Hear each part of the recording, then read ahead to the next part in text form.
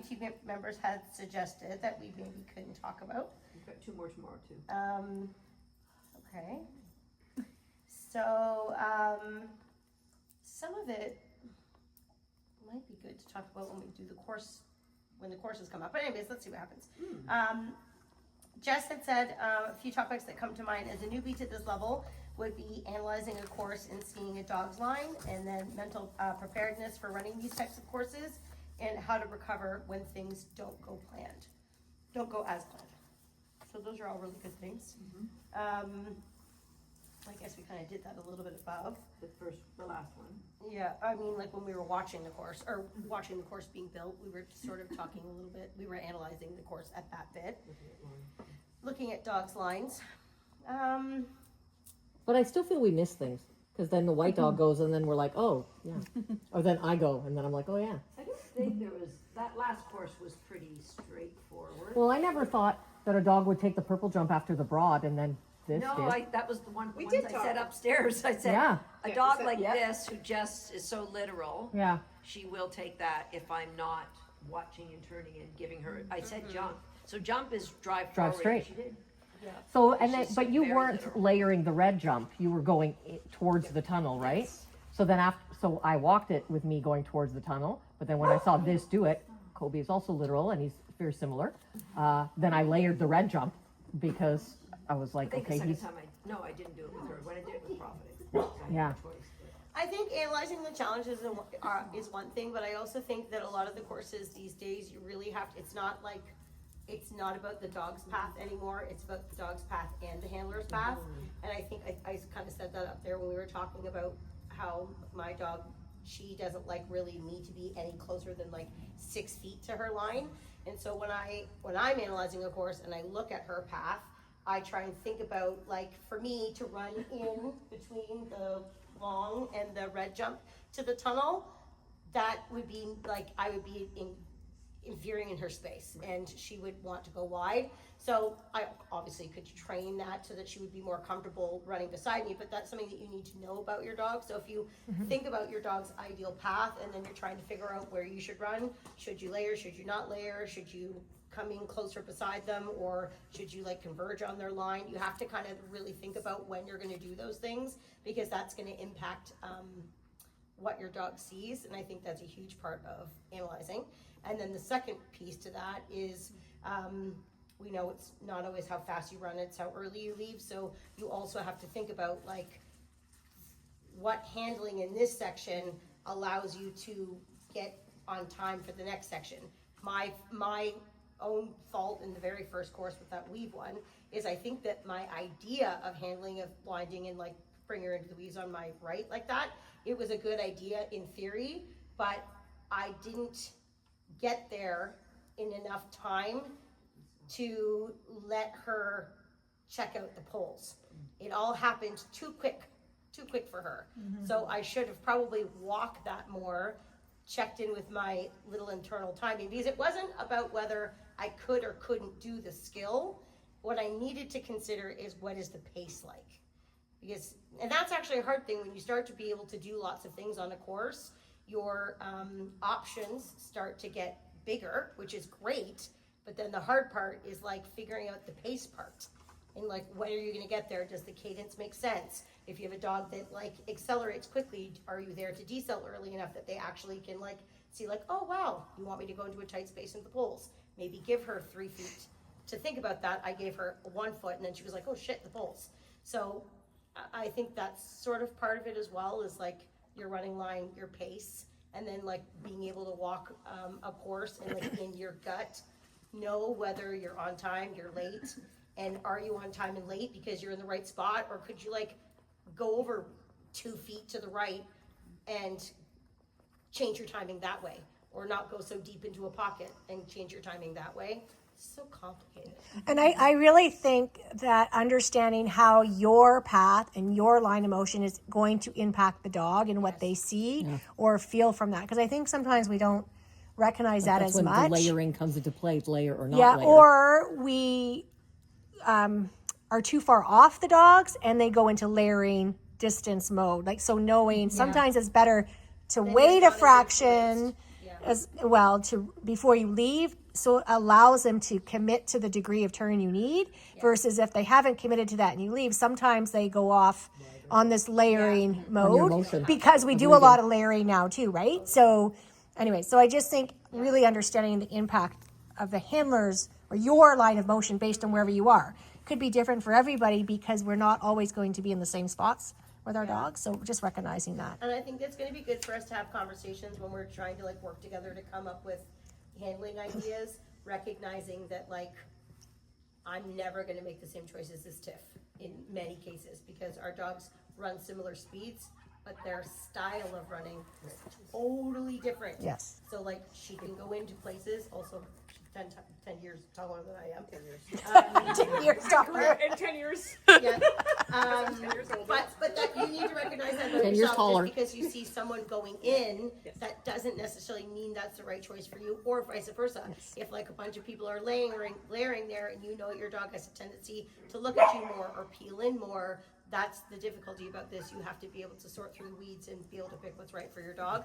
And what I've learned through my experience with this is that it's better to just go with your gut and crash than it is to not go with your gut and crash, because at least it's on you. What you don't want to do is be like, God damn it, I should have done it that way. I would rather take the risk with my own brain and have it not go well. Not with Tiffany's brain? No. Then to Only be like, legs, oh, only well, legs. maybe I should try it that way. 10 years old. You have to have enough confidence in yourself and be okay with the fact that if it doesn't go well, it doesn't go well. At least you like did the thing. I think you walk away feeling more proud of yourself. It's data for you. Yeah. That you know, you can fix it. And if Yeah. you stand back and go, oh, I don't want to try and get that blind because I might knock that bar. So now you never know if that bar would fall. That's or not. right. That's right.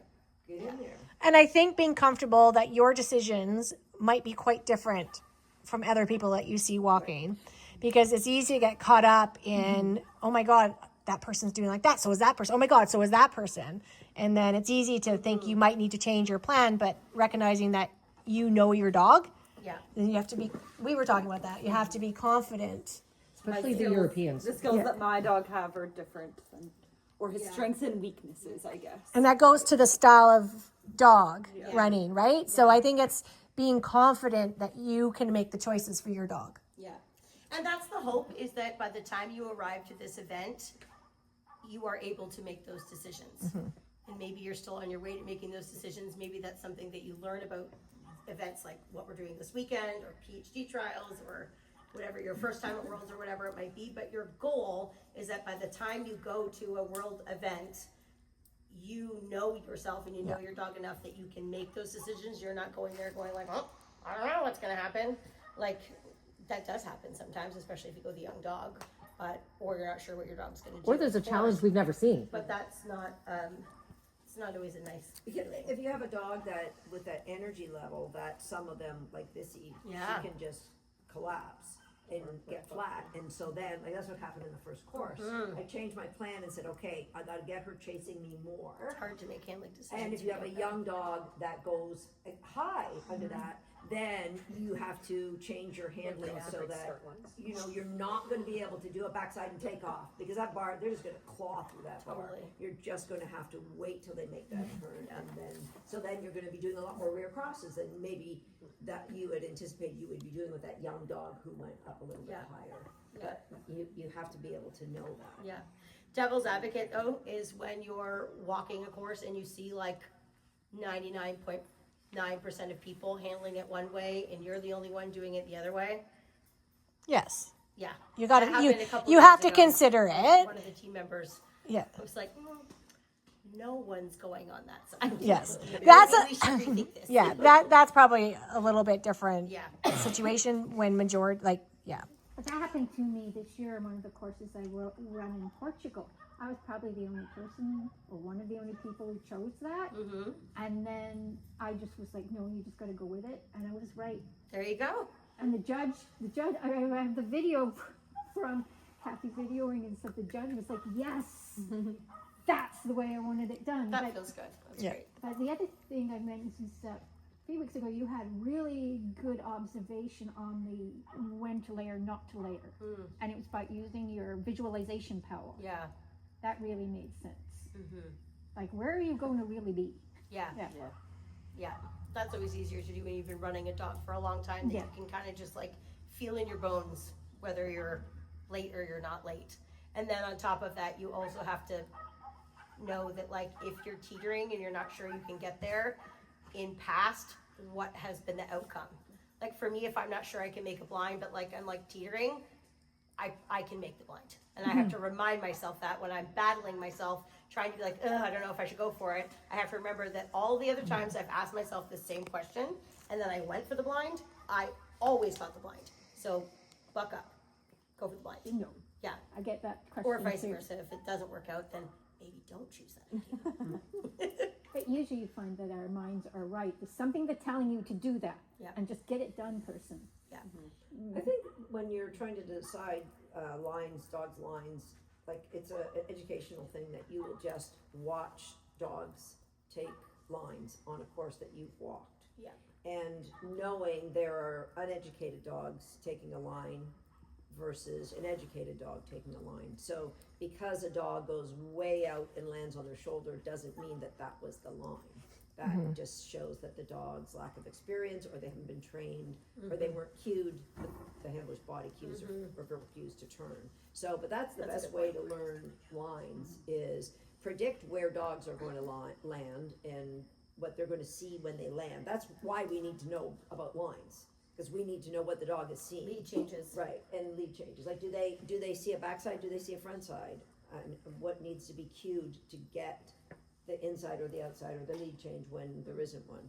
So, watching dogs. If you think you can mentally handle it, like the time frame, it is really helpful to do like a quick pass around the course, like on the dog's path, and not necessarily on the dog ideal path, but on the realistic path. Your So dog's that- path. Yeah, so that you're like, my dog's actually not gonna land there unless I was running a hamster. You're actually gonna land there, so what do I see? What are my traps? What are the things I'm thinking about? If I don't want my dog to land there, then maybe I need a soft turn cue here or whatever. You kind of want to look at it from that perspective.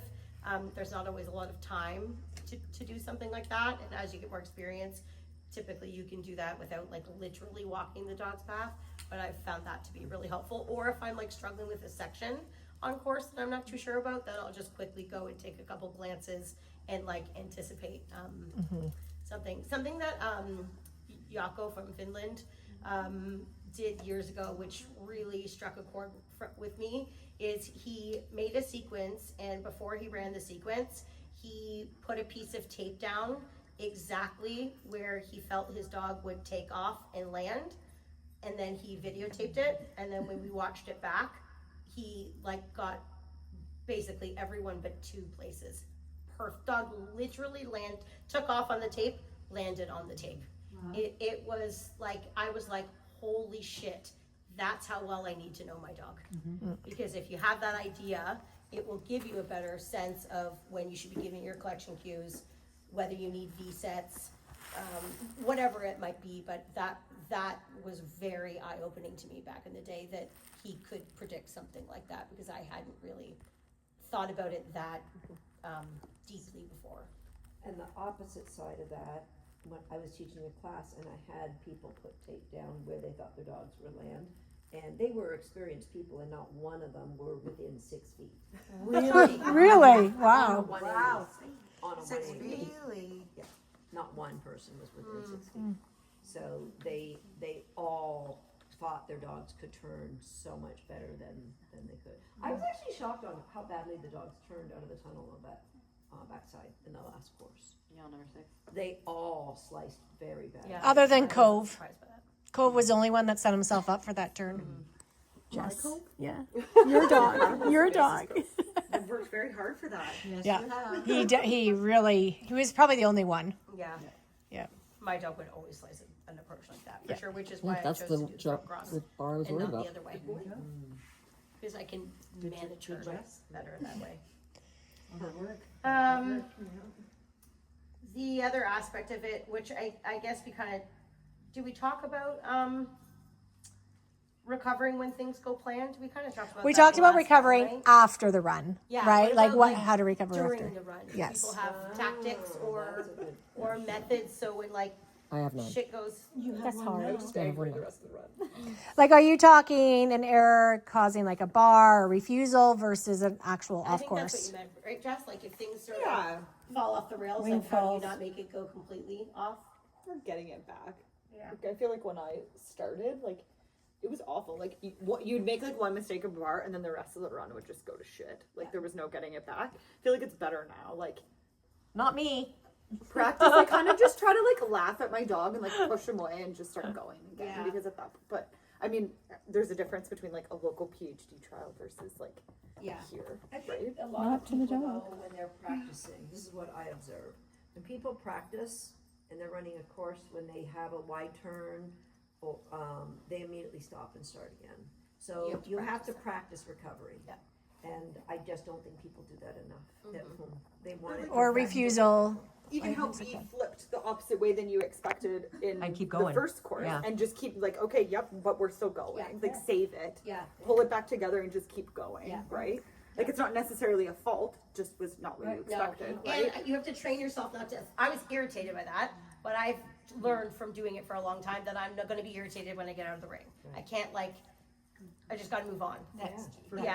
Yeah, you just got to. Done You just for can't moving let it distract you. Yeah, I think you have to go in with a couple different intentions. I think that these types of courses are really hard because part of the challenge of them is the course challenge sometimes is like the rhythm of it as a whole. So if you get off kilter and then you try and get on resend and you're not resending in a proper place to get your timing back, it's just going to be a shit show from there. You have to kind of pick and choose where you're going to restart so that the rhythm gets back on track. Now you're going to be think that rear that's- crossing Pardon? something. Now you're going to be rear crossing something. Yeah. If you have to Yeah, save but I something. think Susan's right. I think like something that we do in our classes, we do lots of like clear round training. So we set the intention before we start. Okay, if you make a fault, you're just gonna keep going. We'll worry about it later. Like you gotta fight.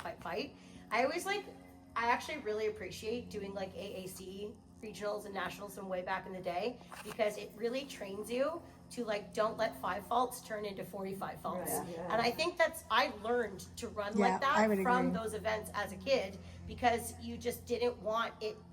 5 faults is way better than 65 faults. You have to like learn, like keep it together. Like a lot of people think 1 fault and they're like, oh well, I'm done for. Yeah.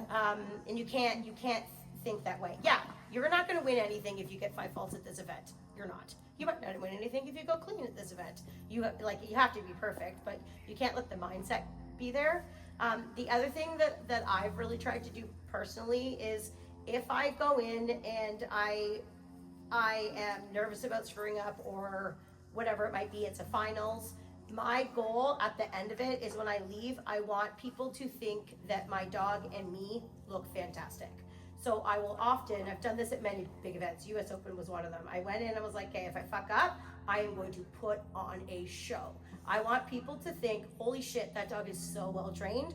So I've even stopped and been like this to like get people clapping, and then I'll run my fucking hardest after that. Because at least when you leave, you're like, well, I shit the bed, but like at least I look good doing it. Like, because we're all chasing that feeling sometimes, not necessarily, of course we want to go clean, of course. But sometimes you just, at the end of the day, you also just want to like walk away and be like, wow, that was a really good handler, it was a really good dog. So unfortunate that happened because that's what happens to everybody that's good. And I think at this particular event, it happens a lot. All the time. Fantastic More often dogs than and it doesn't. handlers. It just is what it is. And I think that's one of the harder things to realize, that it's okay to actually it's not the end of the world. It's the run is still appreciated by the people that are watching, right? That it could be fabulous run, and just like you hear the crowd, oh, and it's an E, but everybody's so excited, they clap, whatever. Versus going clean, but you were super slow. That doesn't really help. Like it's Yeah. To No, me, I it's think how you look out there is equally as important as how you do. And that you went for it. Yeah. That's Yes. really appreciated. And sometimes you have to set that goal or intention for yourself before you go in, because it's very difficult when you're in the moment and you make a mistake if you like didn't really pre-plan what you're going to do in terms of your attitude about it. When you're in the moment and now you're disappointed, you're not going to make as good of decisions as if you're like going into the ring or you're 10 dogs away and you're like, okay, obviously I want to go clean, but if I don't go clean, what am I going to do? How is it going to look? How am I going to react? How am I going to respond to that? If you know that ahead of time, then when you're under stress, you've already pre-planned your result and you just switch your mind to that and then leave and cry in your car for an hour where nobody can see you. Or not, like an apple. Or not. I once had dinner with Greg Louganis, who's an Olympic diver, and his coach, Ron O'Brien. And Ron O'Brien coached so many divers from the U.S. team. And I said to him, what made Greg different? Like, why do you think he was the one that won all the gold medals? And he said, because he was never afraid to dive in the wind. And he said, when they're on the big The platform. diving board? No, but the big one. Oh, The tower. Let's call it that. the platform? So when they get into their handstand, and if there's a gust of wind in practice, the divers will come down. But when you come down in a competition, it's a major deduction. So he said, Greg was never afraid to dive into the wind. Because you're off balance when you start, there's no way you can be balanced. But he figured out how to recover in midair. Also, if you do that in practice and you are able to do that in practice, when it happens to you in a competition, you can like, oh, I've been here before. Exactly. This isn't ideal, but Right, but I I could know dive, how to but- recover. And I think that goes, Hit my head on the it goes back or to, the platform or whatever. it goes back to what you guys were saying before about in training, you have to practice recovering and not always stop when it's not perfect. Right. Like you cued something, they did the wrong way. You know, if this was a real run, you would, like you said, you would have to just keep running. And I think we try to make everything so perfect in training that we don't practice that aspect. It needs to be second nature, Yeah. right? You just go. Like you see the dog go wide, oh, I'm gonna drop my arm, because I'm not gonna start over and get a perfect turn. I know what I'm gonna do to get that dog to come in. Yeah. And what am I going to do for the next part? Because I'm probably not going to be in the right position. Yeah. You're across. Right? Yeah. Yeah.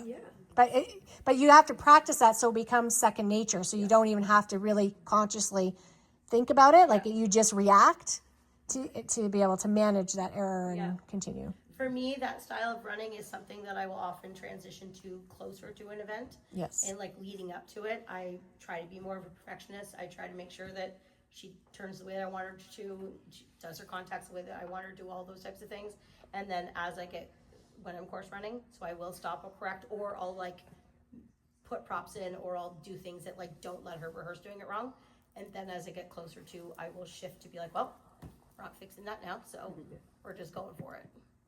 Just because it gets you kind of. But I think it also goes back to what you said at the beginning about having the intention before the run. Yeah. So if this is a run where I'm going to work on getting through the course, no matter what happens, Yeah.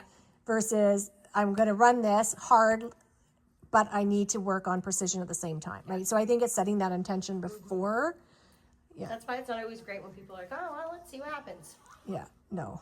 Especially when you're on a team. Maybe have a plan. Yeah. Yeah. Yeah. No teammate wants to hear that. Yeah. Oh, I'm going first. Oh, see where it goes. Yeah. Okay, that was great. Maybe we can do one more little thing and then we kind of touched Say on this something already. tomorrow. Yeah. Linda, you had said when layering is to your advantage or not. But we've covered that. Yeah. I guess we did kind of, eh? Yeah. But also something that happened to me in the last run too, then is when the dogs now are so used to layering and they're so used to, they probably want us to go out, that you got to be super careful now when you want to call them in, because he went to that wall after the weaves. And I had gone to the end of the weaves with him because my plan was to pick him up and then run him to the Threadle after the tunnel. And I was right there and he still said, she must want the wall, because I looked at it. I haven't looked at my video yet. You But looked at the white jump that you were going to for a split second. oh my God. So you see, so when you want them to come in, you have to be connected to them. Yes. Yes. So in the same vein of the layering conversation of when is it beneficial to send them out? Yeah. Now you have to be connected when you want them not to go out. Yeah. And that's a learning curve too now. Yeah. I think it's important to look at the course map if you have dogs that like really require that like point of connection at certain places. Yeah, around but the now I'm course. learning what, Yeah, you need to look at the course map and then because for me, identify like I those. said his name and my hand was out, but for him it was still, it's the wall, and then Yeah. I'll come to you. Yeah. So that was interesting. Tricky. And then the other thing you said is staying ahead of your dog and still being able to support them. I end up rushing, and that's when it falls apart. Yep. Yeah. Did you mean that you So- you get too far ahead and then you feel like you're not in control? No, so anymore? so like you got to send them on a wrap, and then you're running to go make a blind, or you have to. So okay, like in class, we were doing a threadle, right? And then I needed to make a blind after the tunnel, and I left so fast that it knocked the bar, Right. right? So I have to support that threadle, then run to make the blind. That's what I mean. Like you rush the thing that's happening because you want to leave to make a blind. Yeah. You know, but you still need to be ahead of your dog. I don't want to rear cross, Yeah. right? Those are things that you want to try to anticipate in your course walk and then practice that in the course walk. A lot of the people that are in this building take classes here, so they're probably irritated with how much I talk about this, but I think it's really important that when you're course walking that you are envisioning where your dog is, but you're also practicing the points when you're going to look at your dog and give any of those like point of contact cues that you have. Because if you watch, like next time you're at the next trial that you go to and you're not walking the course, just watch people walk a course. 99% of them do not practice connection with their dog. They look at the numbers, and I'm guilty of this too. I'm gabbing with people, whatever, laughing about this, talking about that. Not good practice, but whatever. But they're often people walk the course and they look where they're going. They don't look where they should look when they're walking the dog. And if you can get good at rehearsing that when you're course walking, it will feel like you're running the course for the second time when you run your dog for the first time. But it is a skill to be able to do that well. But that can be really helpful. Don't just memorize the order, memorize your cues. Also, like, practice how long are you gonna have your head turned that way? When are you gonna look forward? When are you gonna put your arm up? When are you gonna put your arm down? When are you gonna say this? When are you gonna say that? Like, you gotta practice those things, because that will be more likely to come to you naturally when you actually run the dog. Course walking, I believe, is one of the main things that will cause you to have a clean run or not. Oh, yeah, absolutely. I agree. It's crucial, I think. Yeah, great.